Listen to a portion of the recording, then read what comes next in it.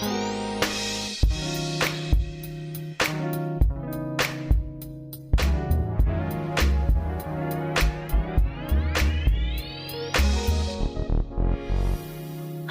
everyone. Welcome to this episode of Scouting for Growth.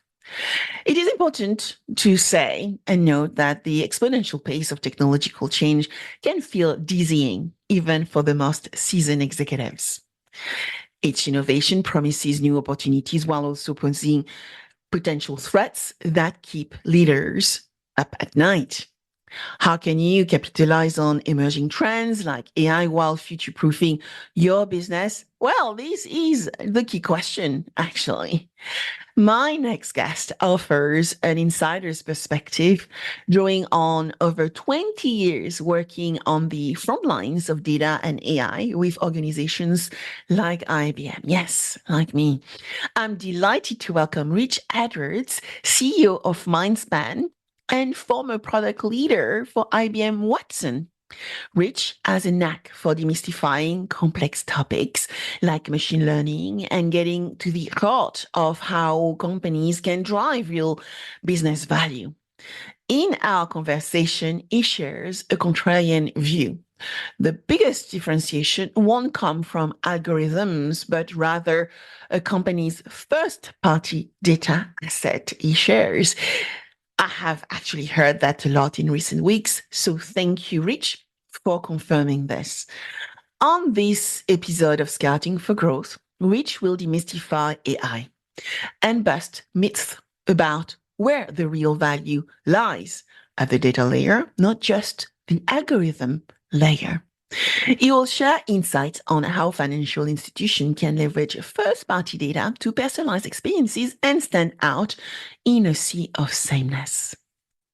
You, as our listeners today, you will come away with an actionable framework for capitalizing on AI's exponential value while safeguarding what matters most to you and your organization. Rich offers rare insights on how community banks and credit unions, for instance, can turn their proprietary customer data into personalized experiences that deepen loyalty in that sea of similarity. He will also bust myths, as I said, around AI and reveal why the real leverage lies in combining emerging capabilities with unstructured data sources. Most companies are sitting on a lot of it, but not utilizing that data in the right way. So I hope you come away from our talk with a new perspective, actionable tactics, and renewed inspiration. Rich, unique expertise and perspective will frame key insight around data, personalization, and yes, busting AI myths. So let's get started. Let's welcome Rich Edwards.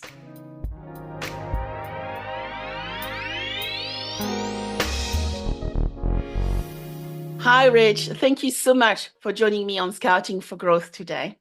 Thanks for having me, Sabine. Glad to be here.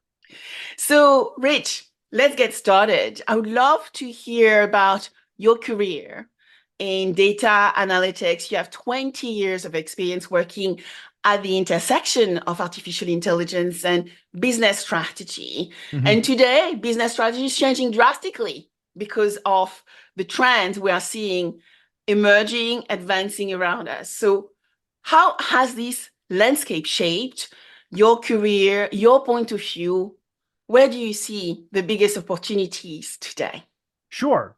I'll tell you a little bit about my background that, maybe give you some perspective on where I'm coming from and looking at it. But I was a longtime IBMer. I worked in software and in particular software product management. That's what I did, which is really kind of the intersection between customer needs, what they're trying to do from a business standpoint, and technical requirements, turning what the market wants into essentially a backlog that we're going to go build off of, right? That's kind of what product management does. So I worked in there for a long time in data center automation. This is like big, heavy iron. I was even in mainframe for a little bit while I was in there, but it was, this idea of the infrastructure that provides all of the IT services that companies rely on, what they would build themselves and how they would manage it. And by nature of what I worked on in that point, I ended up working with a lot of financial institutions, some government, but it was all of the big banks, the big financial organizations, things like Social Security administrations, defense organizations, like around the world that have like massive data and also like very high requirements from things like security, high availability, disaster recovery, things like that. So we were kind of doing the picks and shovels part of that to make it work for them. And then in 2013, I got tapped to take a job in this new business unit in what would become IBM Watson. Now, I had no business being there around artificial intelligence based on my background, but I was the guy that had been around IBM long enough that kind of knew how to get things done, particularly from a new offering standpoint, because there was going to be a bunch of new things that we were going to do. And so that afforded me the opportunity to kind of be at the forefront of this, and then spend about 4.5 years just drinking from like the biggest fire hose I've ever had in my career of understanding this new area, where it was going, and in particular, what the concerns and or requirements and opportunities that people we were dealing with, what they saw, right?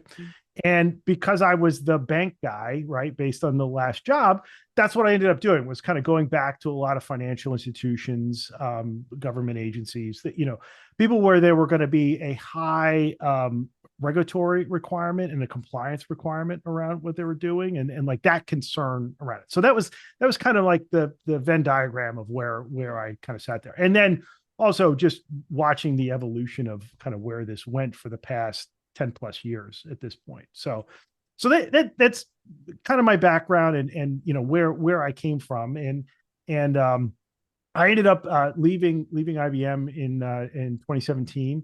And part of this was just kind of where I was in my life, always kind of wanting to do something along the lines of the entrepreneurial piece, and getting into my mid 40s and being like, look, you're only gonna get so many bites at this apple, right? Like, you kind of need to do it now or not.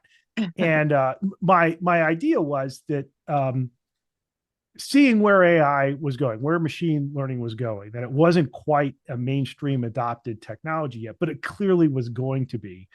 Where was the interesting part of that? Where could I look to? And my kind of thesis or idea was, a lot of the value is going to come from the data, particularly the first party data that companies have, that by and large, even now, is kind of sitting untapped, sitting fallow, just the nature of what it is. And AI was going to be able to open a lot of that up and make it a lot more usable. So I went looking for a company that really had the experience and skills on the data side. And that eventually led me to the company I'm with now, Mindspan Systems. So is Mindspan System your company? Is it a syndicated environment where you're working with others? Tell us a little bit more about your current venture. Yeah, no, this is by all classic definitions a small business, and I bought the company. I'm the owner and the CEO now. I bought it from the guy who founded it, and he had been at it for 15 plus years at this point, and really had a staff and an organization and an intellectual capital that really understood kind of that combination of what the requirements are for data for regulated industries, healthcare, financial services, banking, things along those lines, where they have a pretty big compliance stick over their head that they very much want to keep in line with, and are kind of loath to take too many risks around that. However, the flip side is the information that they have, the information that they're entrusted with, when used correctly, can be very, very valuable and allow them to provide very high value services to their customers. Mm-hmm. The whole trick is kind of making that come together. And a lot of times the organizations we deal with don't have the technical skills to build it up. You think about architecting a solution that's going to give you this like end-to-end full life cycle of your customers' data, and be able to incorporate it into the new products and services you're doing. building something like that is you do maybe once every 10 years. A lot of these organizations don't build that skill themselves. Like they're not interested in that kind of like build or construct part of what they're doing. They're very good at buy and piecing things together, but the build part isn't there. And the build part is where a lot of the differentiated value comes from. The thing that you can do that your competitors can't, the thing that will make you uniquely capable to your customers. And so that skill, that all of the things that kind of go into it, to understanding that domain, but also having all of the software development, the discipline around DevOps, those things about like how you do code control and being very cognizant of it, and it's all tight and put together and it's explainable in what you do. That was really what Mindspan brought to the table at that point. And so it was me coming in and saying, let's look forward to where the opportunities are going to be in the context around artificial intelligence and machine learning, and what skills we can layer on top of that. But Rich, I mean, you have actually gone into an interesting area, which is affecting financial services. And as you know, I'm in insurance, so I want to dive into that. Sure. Buy versus build. In insurance, most of companies I work with love to build stuff. But today we are living in an environment where you can get a lot of off-the-shelf technology. So what's your view around buy versus build today in 21st century, in the world of AI, in the world of no-code, low-code technology? And how do we set differentiation? As you said, when you build, it's where you actually implement your secret sauce, and that's where you actually build differentiation. Where are we going with that build versus buy strategy? Yeah. Well, I mean, this is kind of less technology dependent. It's much more of a strategy question of where you're going. Because the whole point is, what's the combination of the thing that the market wants that you have a unique insight into based on your customers, your market, how the market works, how competitors works, what the alternatives are, what your skills are as an organization, what you bring to the table, and what is really going to help you stand out from that standpoint. How you get there is less interesting, less relevant, right? So, buy versus build kind of becomes to like, what's the fastest, less risk way to kind of get there? But also, what's going to give you a somewhat sustainable advantage? We had kind of talked earlier before we started about, the whole angle of, is it data? Is it algorithm? Is it the whole thing? And there's becoming this sentiment, there's this growing sentiment that at the algorithmic layer, like the providers, and we can narrow this down and talk about generative AI, but I'm speaking broader than generally, right? sorry, about, absolutely. No, that's fine. I'm going to use that as an example, but I don't mean to say that what I'm saying only applies to that. Yes. You think about the big players in generative AI, right? You obviously have OpenAI, you have Anthropic, you have a lot of the open source products that are like coming out of areas like Meta, things like that, right? And unlike what we've seen earlier in a lot of big technological shifts, back to, PCs, the general availability in the early 90s, the internet, mobile, all along those lines, the differentiation between the different technologies, between the different vendors, that has disappeared so quickly. The parity and capability of what you can get depending on which chain you go, to the point of there's a whole layer of vendors out there right now that are basically doing almost like brokerage or like load balancing to say, hey, you have this thing you need to do. You have this generative AI task you have. We're going to figure out and broker which one of these vendors it's best to go to based on the size or the token count of what you're doing or the type of request you're making, and whether or not it needs to be this model versus that model or this model in this language, right? It's kind of, I'm not going to say commodified, but there's not a lot of switching costs for a lot of the services. And for many, many use cases, the differentiation between them is getting less and less and less. So all that is to say, like that's going to be a thing that you buy, but it's not going to be a thing that's going to make you stand out. Interesting. One of the better pieces I've read recently was out of there's a VC firm in Silicon Valley called NFX or NetFX. James Currier, I think, is the founder. One of their partners, and if you give me 1 second, I can tell you her name. Morgan Beller. Morgan Beller wrote this piece. We could put the link to it in there. And she basically says AI is like water.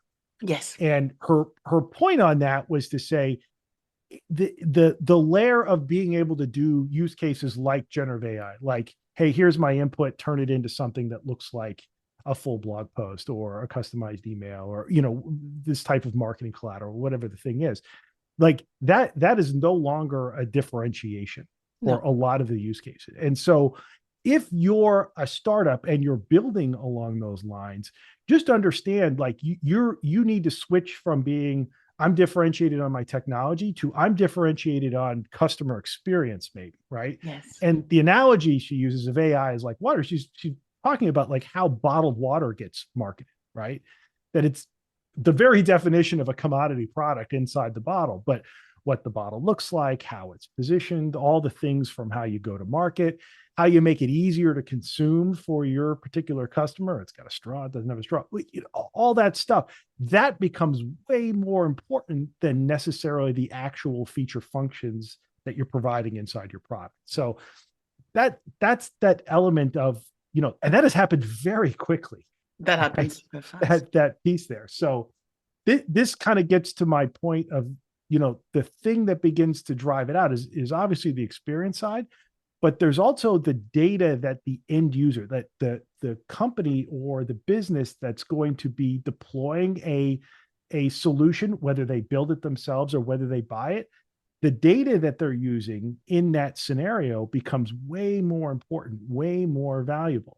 And not just the data that they're using to like build models, but the data they're using of, say, the signal for when they want to have that interaction or when they want to inject something that is, say, a personalized piece of content, right? Think about like a buying journey along the lines, right? The vendor is going to help, but probably not be the one that says, hey, now's the time. Now's the time to reach out and do this type of campaign or this type of push or this type of SMS or whatever the thing is, to use that as an example. They're going to help you do that.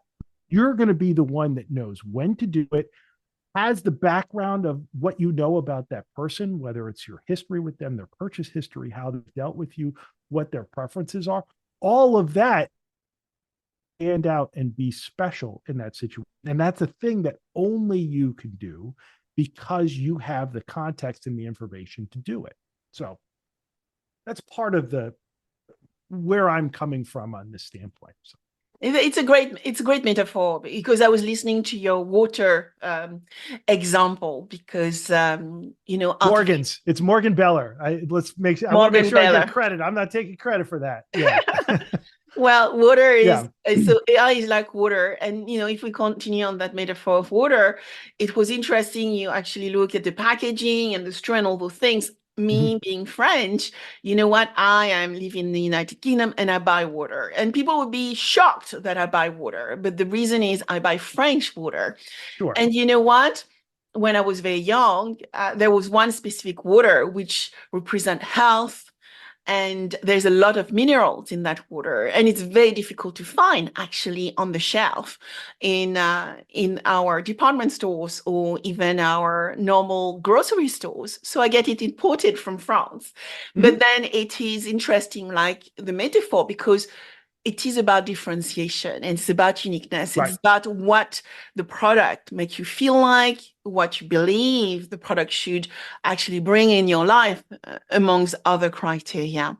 So one thing which come to mind, Rich, is you've helped launch IBM Watson. And I think it's an interesting story I would love for you to go into, because I used to work for IBM, not the same period of time as you were. I was working for IBM after my MBA in 2000, and I left around 2008. But I was, you know, I knew of IBM Watson. I Mhm. visited IBM in New York because that's where the training was. And so you were at the front line of introducing artificial intelligence to major banks and financial institutions. And actually, I was in the insurance practice, actually, Rich. Okay. What lesson did you learn Yeah. about change management, Yeah. getting buy-in from emerging technologies? Because things, as you said, are moving so fast. But once upon a time, IBM Watson was new still, Yeah. right? Mhm. Yeah, yeah. And still competitive from that standpoint. So I'll say one thing. Like I think when I was there's probably about 3 or 4 thousand people working on it, right? So Okay. I was one of an army of people, and in particular, the thing that we were working on was launched under called Watson Developer Cloud. And Okay. it was basically saying like there was things that were out there that was available. I think you saw a lot of press around. There were some knowledge management solutions that were done tied to healthcare, particularly cancer Yeah. research. That was like a whole nother animal thing that was done through a different part of the business. We were doing the let's take our technology, particularly some of the capabilities we had around natural language processing, and make them available as a cloud service. Now this is, I mean, it's almost laughable about like how broadly you can get stuff like this today. Go back 10 years ago, there Yeah. wasn't much there. Google had a very good speech to text, text to speech solution, and that was largely tied to their telephony services that was behind the Android ecosystem. Mhm. Microsoft had some research solutions out there that were kind of comparable, but that was kind of about it. There wasn't anything. There was no broad set of capabilities that said if you're trying to build a solution that says wants to do sentiment analysis around, say, email that's coming in or transcribe chats from your support desk, right? Think Yeah. about things like I think one of the big players is Chorus or Gong, where they do not only the transcription of, and in this, I believe it's a sales and customer support tool, not only transcription of that, but then also analysis and coaching, right? This person called in, they were pretty angry. This is how you dealt with it, right? Building something like that, like you were going to have to build the entire stack yourself. And so we began to kind of have these to kind of discrete, for lack of a better term, microservices that you would be able to incorporate and you do off of API calls, right? Mhm. Be able to go in there and say this is how the whole thing rolls together. And that was the kind of very early set of solutions and individual services that we launched at that time. And it was interesting, largely from the standpoint of we saw a lot of different use cases. There were like many different ways people were thinking about how they wanted to incorporate something like this. Most of it got into I have a huge amount of unstructured data. And when I say unstructured data, I mean basically stuff that isn't in a spreadsheet or a database. It's not tables and rows. It could be text in a PDF or text files. It could be recorded information. It could be video. Massive amounts of data. You also get into like machine data, like things that are like in JSON or Yeah. a Parquet format, things like that, right? Um, this data that like isn't easily either understood, like you could obviously pick up a PDF and read through it, but you kind of need a person to do it. You can't parse it easily or really pull out anything that kind of gets you to like meaning or understanding from that standpoint. But just being able to use that in a way to have a system leverage that and use it, and even come up with like really simple answers, like what is this about? Yeah. What are the key facts that are in here? What are the key entities that it talks about? How does it talk about them from a positive or negative standpoint? I'll tell you, some of the like the weirder, or I guess not weirder, but cooler use cases I saw were from journalists who were Interesting. doing this was kind of very at the beginning of like the data driven journalist. Mhm. I know who was the guy who coined that term. I think it was Jeff Jarvis out of city of New York. City University in New York. He was like really big into this, like the tech-enabled journalist. I remember we worked with one journalist that used our some of our APIs to analyze what was the Bin Laden bookcase, which was Yeah. the declassified information that came out after Bin Laden was killed, after that raid, right? The Zero Dark 30 raid. That whole Hmm. and it was really interesting because it was like, I don't know, a couple hundred pages long, and the Defense Intelligence Agency just released like a PDF, like an unclassified PDF. And they were able to pull it out and run it through our service and say, okay, he had a bunch of letters. It's this many letters. Here are the things he most wrote about most frequently. Here was his opinion about those things. Here was like, and it was like this really, really quick, clever way that they did it. And we saw Yeah.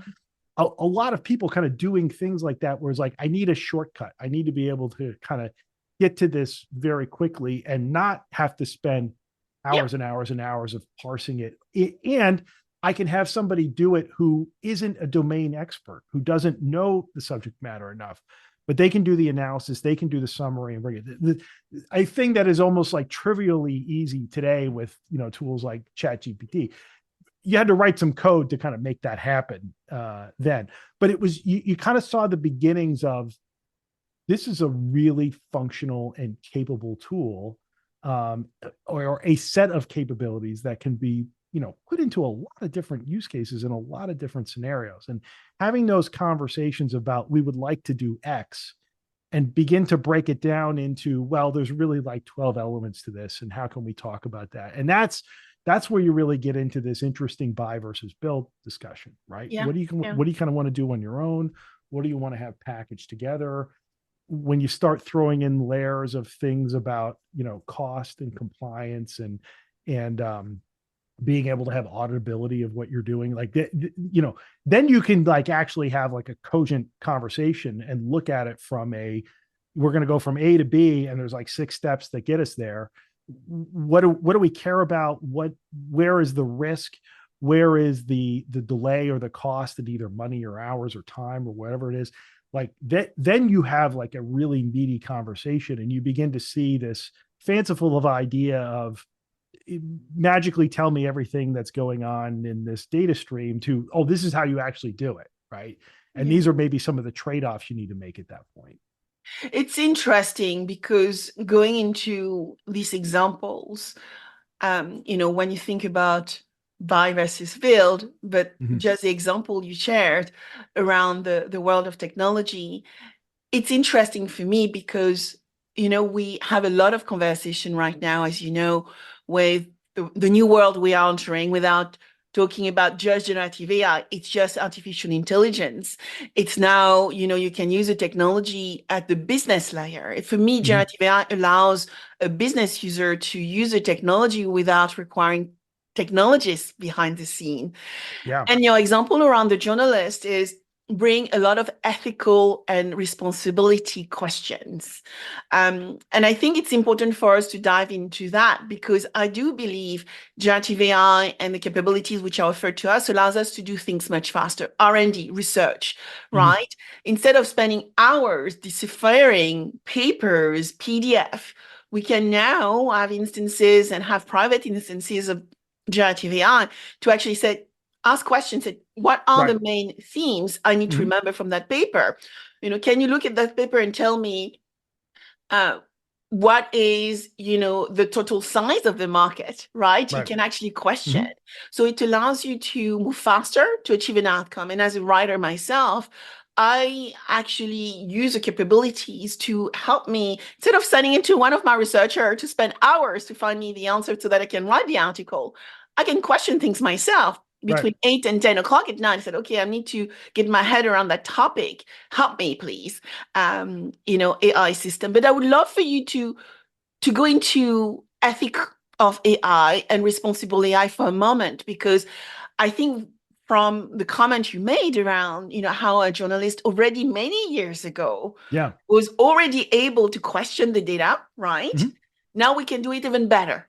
So let's go into ethics and Yeah. responsibility. Yeah.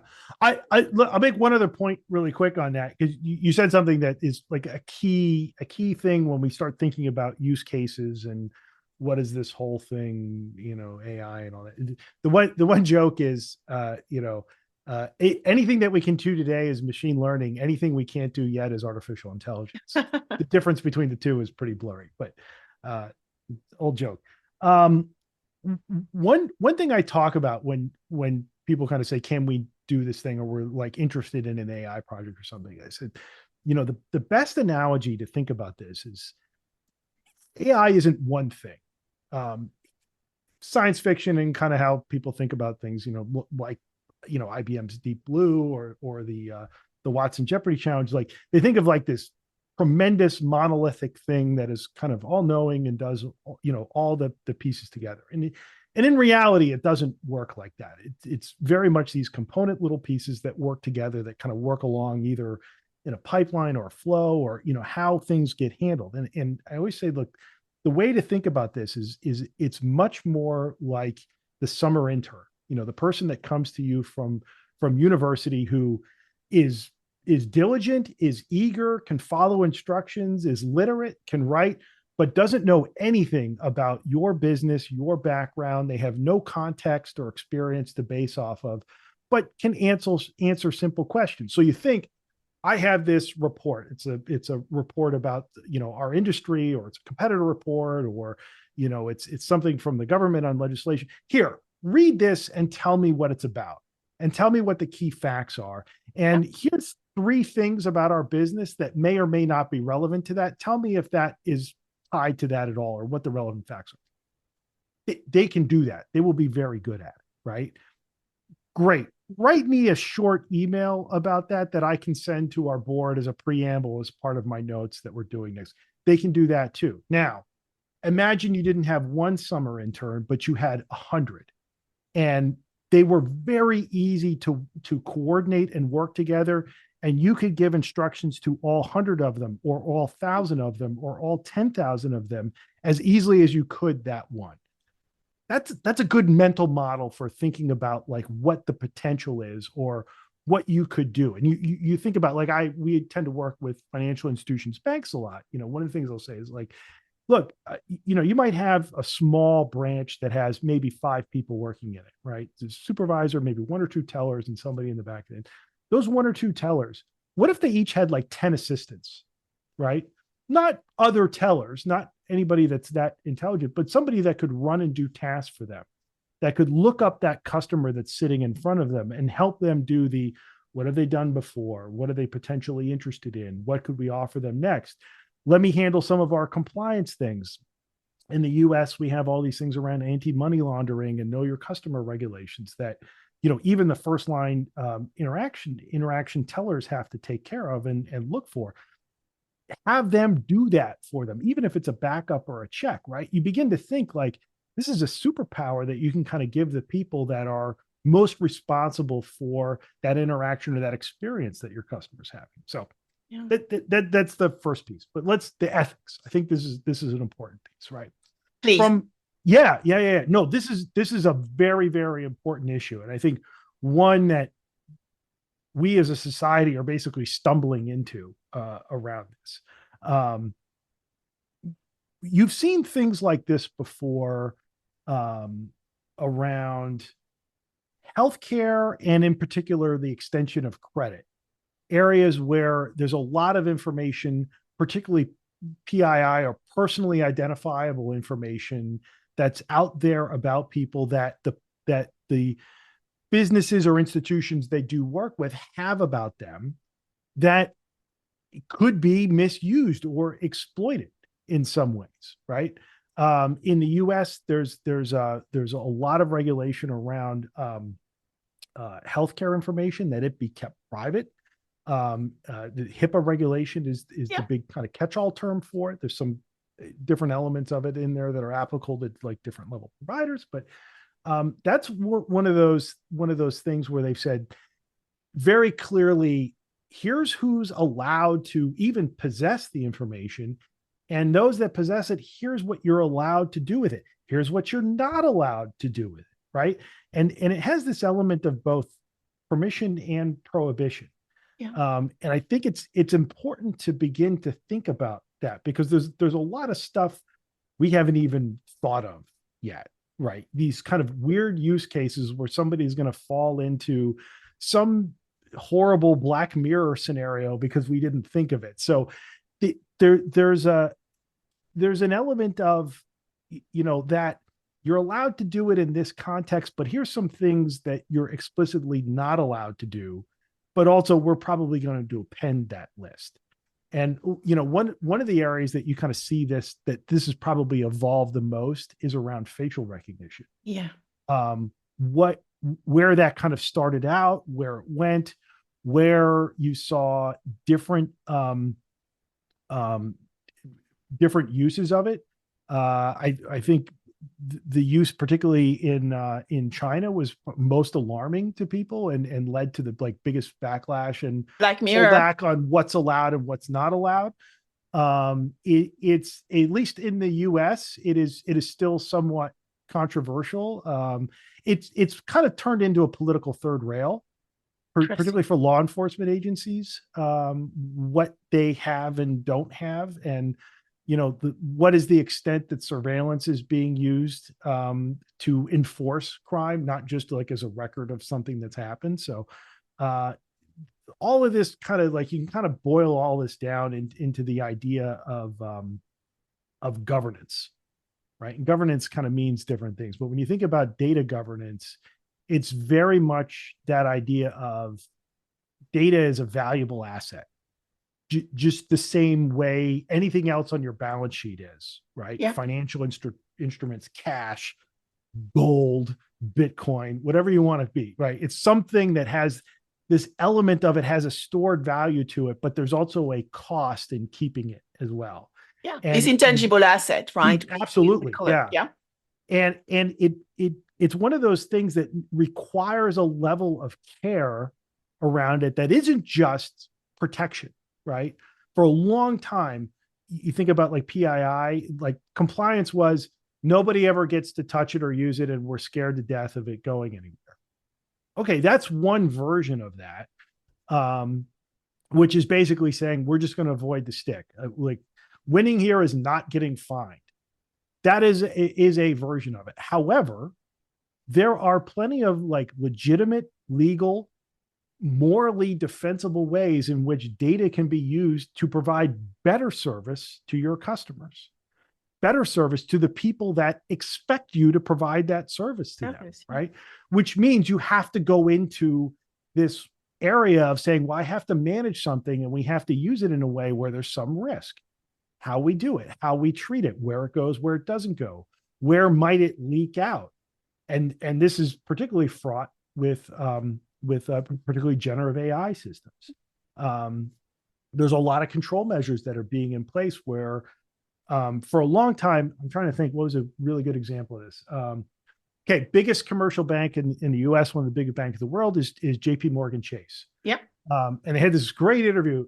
I want to say this was the end of last year. Great interview with their CIO. And she was like, yeah, this is the future. This is great. We're going to do all these great things with it. It's going to revolutionize the industry. And they said, okay, so do employees have access to it? And they go, absolutely not. We've restricted access to it across the board, right? Because they knew they had this gigantic compliance issue that they at least at the time, didn't have an answer for. So it was like, we're going to figure out how to do it, but we're going to wade into this water very slowly and tepidly, right? So you and see this is what is happening in a lot of corporation right now. Yeah. Right? Yeah. Which the punchline on this is an opportunity for smaller organizations that can run ahead on this, particularly on the compliance and understanding what the risk is and being able to control kind of a smaller surface area of problems to deal with. There's an opportunity for them to run ahead and be differentiated against larger organizations that have a disadvantage. Even though they have more data, more information, and more resources, they also have this outsized compliance risk that a lot of them are really just sitting it out on. Yep. And there is a time, months, probably not years, but at least months, where smaller organizations, they can punch way above their weight class if they manage it correctly. Yeah. And I think it's important to highlight and deep dive a little bit around that last comment. So, in recent months, I've done a number of projects around generative AI for big corporations across the globe, where we would evaluate the technology across the operating model of insurance. But, some department would be legal, some would be marketing, some would be sales, which are across any organization. But then we'll go into deep dive around underwriting, claims, and customer servicing or customer service within the insurance operation. Yeah. But the only way you can actually provide the answer, you have to try the technology. So we have tried a lot of this tech to actually understand the pros and the cons, and also we have tried them outside.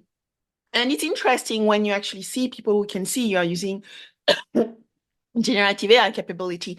They are very critical, but they don't always understand that the only way you can understand the technology is by using it yourself, so that you can actually provide the right recommendation to the larger institutions as to what the implication of using such technology might be. But Rich, I want to go into a very important point you made a few moments ago, which is, we have those AI trends, right? And you mentioned the value of data, of first-party proprietary data. Not just algorithm. And you already mentioned this during our conversation. So what should businesses, or how should they start identifying and unlocking the value of their data? Because even in finance, and I'm sure, you work with bank, I work with insurance companies, we know that data is the water or the oil of everything, and partly internal data. But most of the companies I'm working with do not make the best use of that first party proprietary data. So just to put a definition on it, like when we say first party, what we mean, usually they kind of talk about, 0 to third, right? And zero party data, this is kind of an unofficial term, but it usually talks about like what a customer tells you about doing business with them. This is kind of thought of as like preference data, right? Look, call me. I only want to get phone calls from you, or I only want to get text, or I want to get email from you. I only want to hear from you once a week. I only want to deal with you in certain way, right? Like that kind of stuff that isn't necessarily about them, or it's information about them, tells you something from a behavioral standpoint. So preference data. So that's zero. First party data is all of the data that you have about your customer, who they are. You think of like account level information, things like that, your background, your relationship with them, how you know them, where they came in, how you acquired them, all of the transactional data you have about them, everything that is what it has been like to do business with this person from the very first time you connected with them up until today, or when they left, or whatever the thing is, right? Like that whole day. But it's your relationship with them, if you want to think of it that way. You begin to think about second party data. This is where sometimes you have a channel partner that's between you, like a distribution partner, or someone that's doing, say, third party services, or things along those lines, where something about them, but it is with a partner. It is somebody else that's in that supply chain. Third party data this is information that's coming from a third party, and they're sending it to you about that information. Real common one in financial services is usually credit rating information. And you're like buying that, right? You're saying, I'm going to make a credit risk on this person. I'm going to buy this information from a third party. They're going to tell me like all the other accounts they have and how they've been on paying and things like that. Every industry has like a version of this. Many marketing databases work that way. The thing to think about it is, the parts of those different types of data, it's all about the relationship. And when you start thinking about zero party and first party, this is information only you have. It's unique to you. What you're able to do with that, the insights you're able to get, are unique to you. No one else has that, at least that high structure. And if leveraged correctly, it will give you an advantage in the service that you provide. Now, that being said, you have to do that in an ethical manner. That's checking the box. The more important part of this is you're dealing with your customers in the way that you have both agreed you're going to deal with them, which sometimes is like, the 12-page terms of service or EULA document that goes in there, that may not go exactly the way. But if you show up in a way of exposing that you know something about your customer that they didn't expect you to, or you surprise them in an unpleasant way, you've broken that even like implied, if not legal contract you have with them, right? So it's really important that you're consistent and transparent about what you're doing and how you're doing it. And it's kind of done in the service of your customer. Selling your first party information to someone else and they're using it. Some industries this works. Sometimes it's, one, being completely above the board about what you're doing, what you're sharing, when doing that, particularly on consumer services, doing it in a way that's understandable. It's not buried in legalese and elements of, I look, I just want to download the update. Don't make me read 27 pages. Yeah. Everybody with an iPhone has been through this experience, right? Who knows what's in that thing? It's so big and complex, right? But making it accessible and understanding, like, you're dealing with somebody that you want to have an ongoing relationship with, and you got to be upfront and forthright and not seen as being hidden or slimy or duplicitous about what you're doing. That's an important part of governance that gets beyond just technical compliance.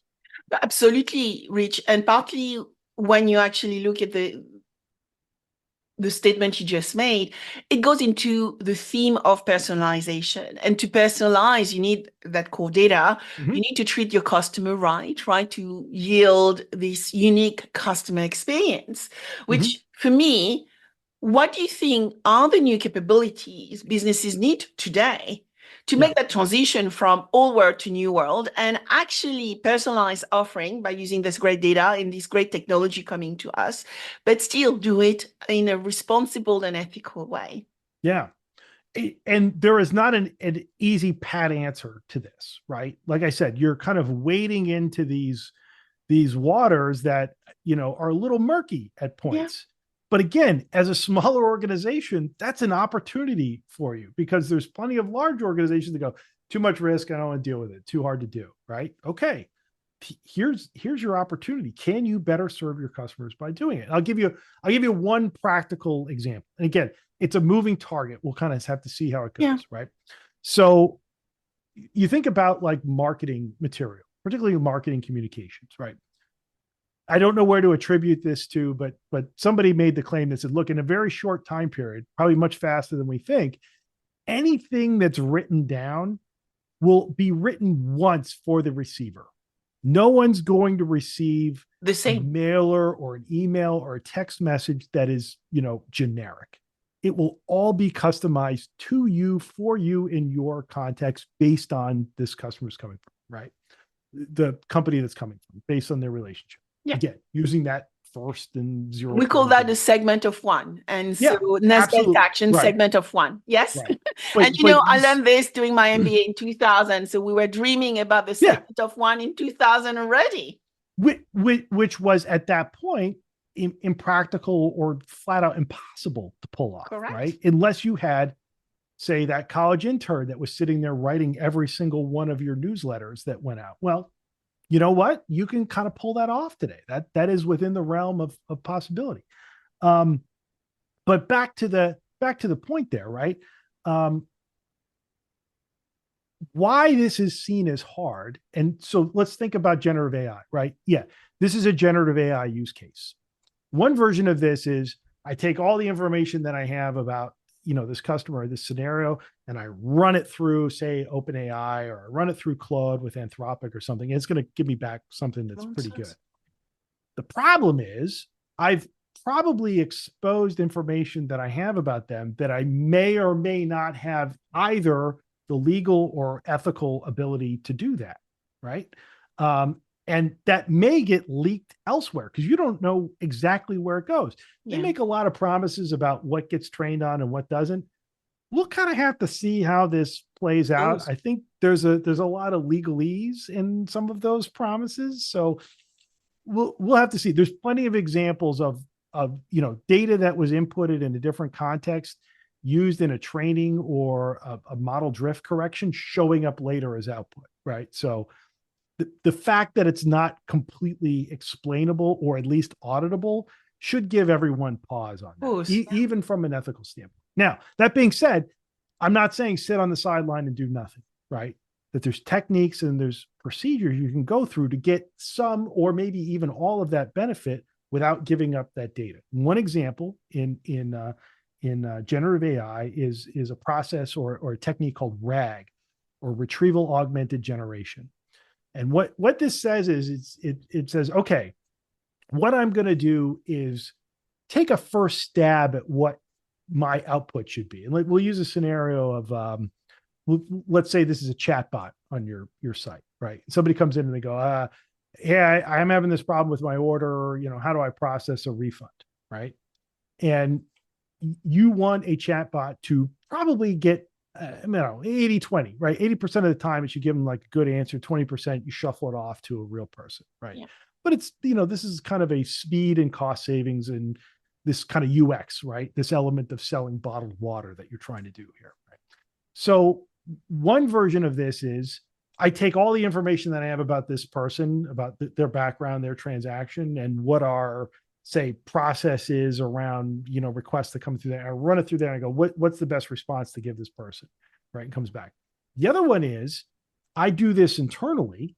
I use some of the tools that don't require cloud services to do that, to essentially index my own information, in this case, this unstructured data that's maybe in your training manual or something, and say, look, in all likelihood, it's one of these three answers here, right? Mm-hmm. Here is the clip right out of our training manual or our processes for what we would do in this situation. Now, you just don't want to like copy paste that and go, hey, it's one of these three things. Not a great experience, but you can kind of get this segment out, and then you can begin to look at that and go, well, what in here is specific to us? What in here is maybe like edging into that first party data? Maybe it's our URL. Maybe it's things about like how we describe our customers. Well, let me like parameterize that. Let me pull that out. And so instead of saying like mywebsite.com/customer/whatever, I'm just put a parameter in there that says like account URL and stick that in there.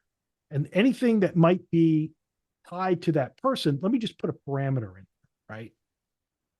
Person's name, customer's name, customer account number, whatever that point of thing that I might be worried about leaking out. Let me pull that out and just put a placeholder in there. Yeah. Now I have something that kind of gets to that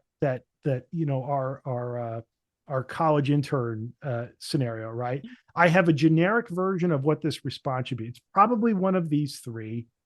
Make it look like this and give me the response back and leave all these parameters in here, right? Leave all these like placeholders for the information they go. Now you go do that, OpenAI, Claude, Llama, whatever, and then come back with a response that says, hey, I'm really sorry that you're having this problem. We're happy to do refunds within 30 days.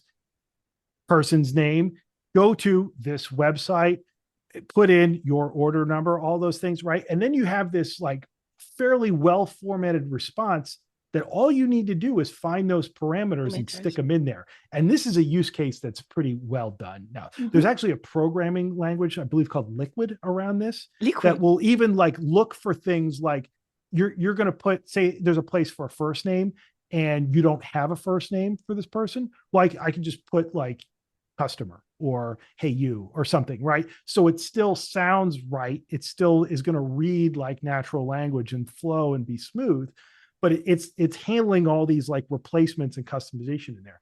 And everything in there that is potentially protected or you're potentially worried about leaking, it never leaves what you're doing, right? Yeah. You're only getting that kind of wordsmithing part of the whole piece. So that's a perfectly valid approach. Again, RAG, retrieval augmented generation, like there's plenty of papers and examples. Go to YouTube and look through examples of like what that looks like.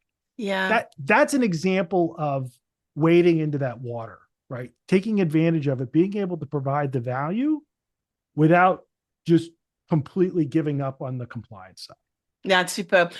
And some of this, definitely a technique we've used in financial services for a long time, right? Where we'll take the customer data and then we would actually anonymize everything, right? So this anonymization becomes a key crucial component of us being able to customize, personalize, tailor messaging, value marketing, and sell for our customer. And I think I want to reinforce a point you made is do not put customer data onto one of the generative AI platform. You have to learn what is already public data, so you can play with public data, which is already on the internet. It's on the internet, so you can question on those. If you are going to use customer data or try to find ways to answer specific questions, anonymize the data, find a way to actually look at the data, help the system look at the data to give you the answers you are looking for. But for my last question, Rich, where can people find you?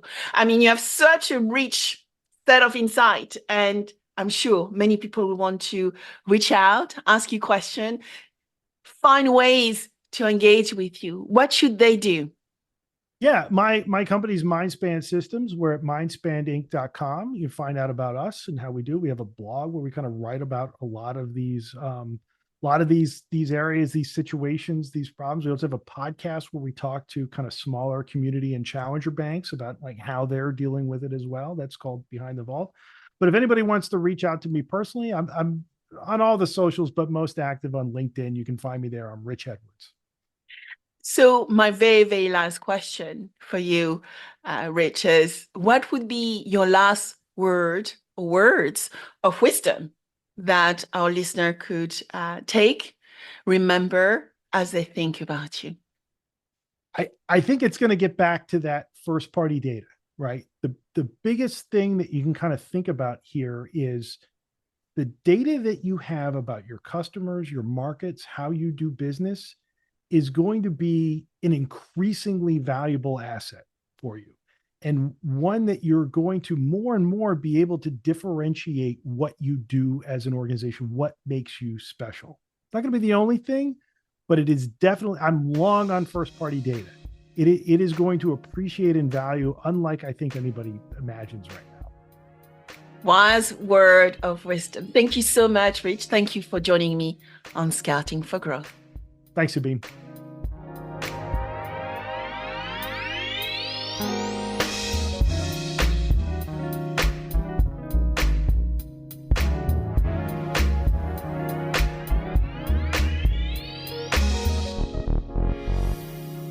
I hope you enjoyed this episode of Scouting for Growth. Please subscribe, share with friends, and leave a 5-star rating. Your rating is so valuable. I review all of them, and my team help me adapt content to meet your needs. Also, connect with me on my preferred channels. I am a B2B growth expert, so you will find me on LinkedIn, Instagram, and Threads, and X as well as Blue Sky. All information available below. Until next, keep scouting for growth.